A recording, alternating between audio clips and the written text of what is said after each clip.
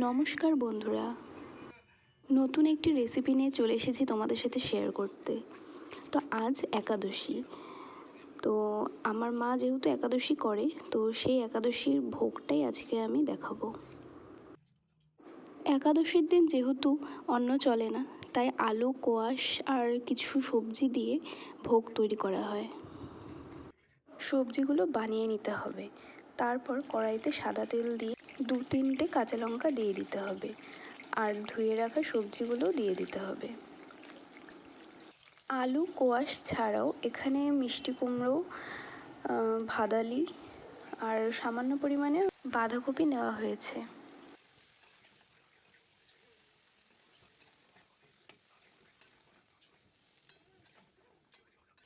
সবজিগুলো ভালো করে নাড়াচাড়া করে দিতে হবে। এরপর দিয়ে দেওয়া হচ্ছে সন্দুক লবণ।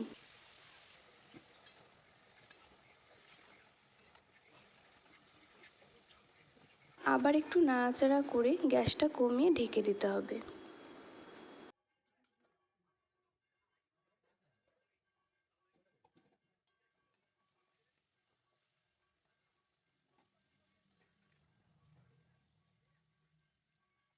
ঢাকনাটা সরিয়ে আবার একটু দেখে নিতে হবে।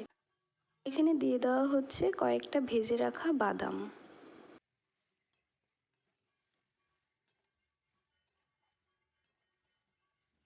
সবজিটা মোটামুটি ভাজা হয়ে গেছে, আর ওপর থেকে দিয়ে দিতে হবে সামান্য পরিমাণে চিনি।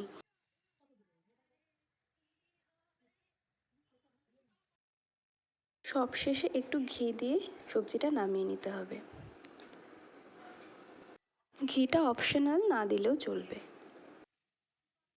একাদশীর জন্য এই ভোগ কেমন হয়েছে অবশ্যই কমেন্ট করে জানাবেন। চাইলে আপনারা এমনিও বানিয়ে খেয়ে দেখতে পারেন একবার।